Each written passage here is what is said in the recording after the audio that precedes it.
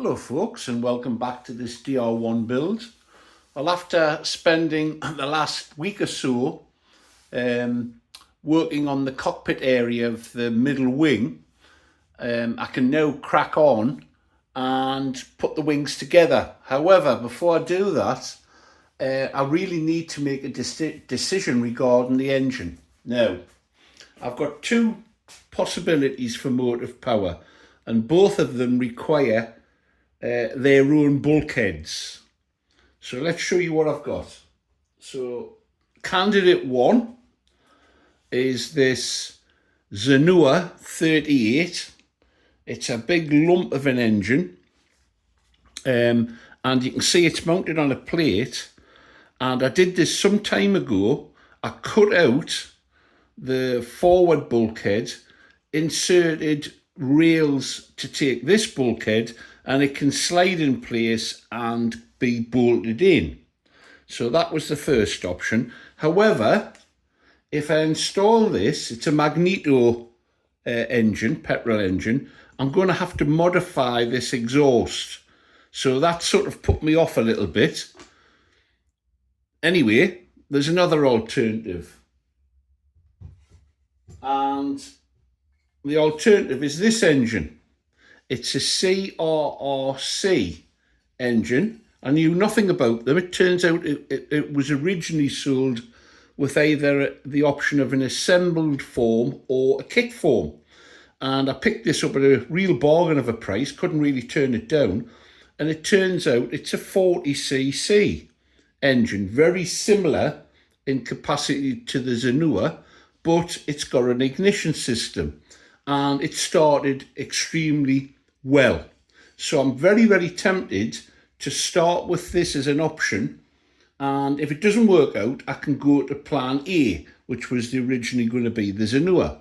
But to do that, I've had to make a new mounting plate. And you can see I've started the process here.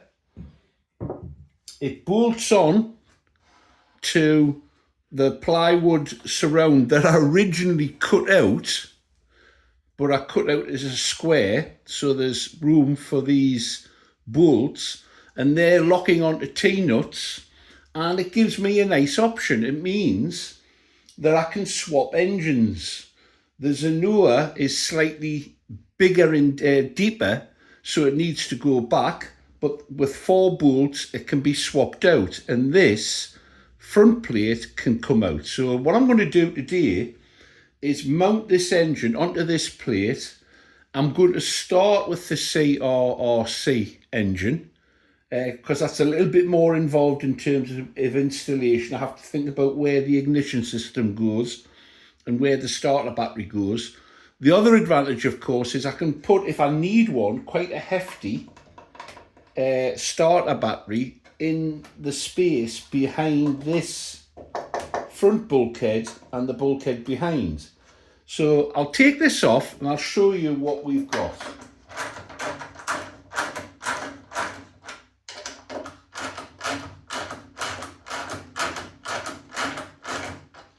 I haven't done as many videos this week. I've had some great family time. And you've got to take advantage of that because the family come first. This is a hobby, after all. If you're like me, you can become a little obsessive. You may have guessed that I sort of crank on with this and get really enthused about it. But it is a hobby, and the family comes first. And I've had a great few days with my daughter and a hubby and the grandkids. So this comes off, and you'll see it's quite a hefty lump of wood. It's 1/2 inch thick, which is going to make for a really solid mounting. He's a little bit tight, but that's what we want. We don't want them slack. I will, when I put these in, put a drop of thread lock on, just to make sure we don't get any vibration on them, because we don't want them coming out. I didn't want to just screw this on. I didn't want to glue it on because I want the option of swapping the engine if I need to. I don't know, I may be swapping back and forth depending on how much additional weight I need to add to achieve the balance point. I haven't installed the radio gear yet, the servos, and then putting the engine in first, seeing where the balance point comes at with just the engine, and see if I can use the servos sliding back and forth on a tray to help assist in achieving that magical CG.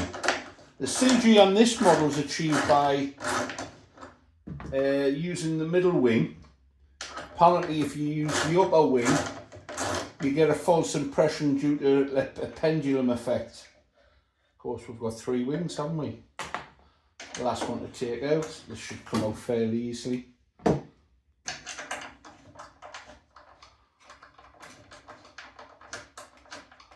Well, the weather in the UK has turned for the better.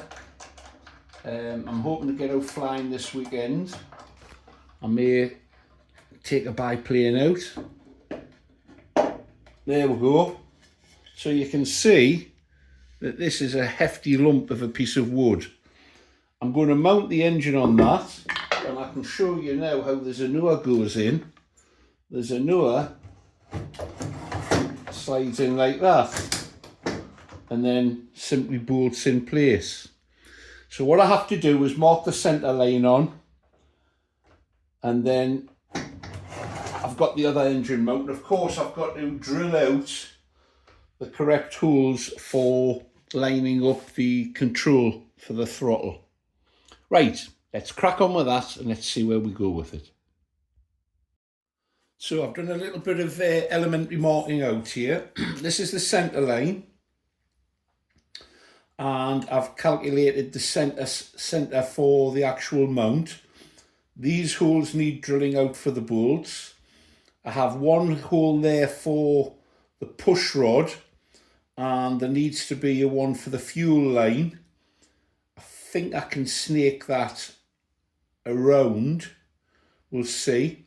But I'll get these holes cut out first, and then we'll see how it lines up, and I'll think about mounting the actual tank. Now, of course, because it has a pump effectively built into the carb, the location of the tank isn't as critical as it would be for a glow engine, and that means that I can actually put the tank basically anywhere that it fits in here, and space isn't an issue really in this fuselage. So I'll get those holes cut out, and then we'll see about mounting the whole lot onto the front, at least temporarily, to line up the fuel lines and the push rods.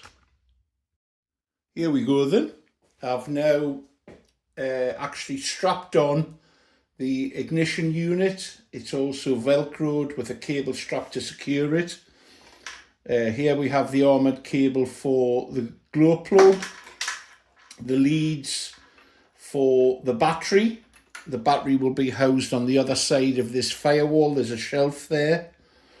And here is the connector for the actual unit that fits onto the engine itself. And if I put this in place, you can now see, I'll feed this through first. That's the cable for the throttle, and there's the fuel line, and the whole lot neatly fits in like that. So I'm really happy with that setup. There will need to be a slight cutaway on the carb there. I also want to install a hand pump to feed fuel into the line. And the next big job is to form the front of the cowl. So the cowl, it's been cut out. I suspect actually it's the cowling from a hangable flare plane, because it's the right diameter, but obviously it's missing the front part, the sort of eyes and the nose that you see on the Fokker DR1s. I'm going to have to make that, and I'm going to rivet it onto this plate. So that's going to be interesting. It may involve, well, I'm almost certain it will involve making a former, and then I'll have to bend the aluminium around the edge of the former to form a flange for the rivets to be added. But there we go.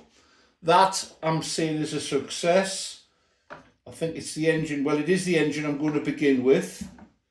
And it's got a 20 by 10 prop on here, and it'll easily throw that.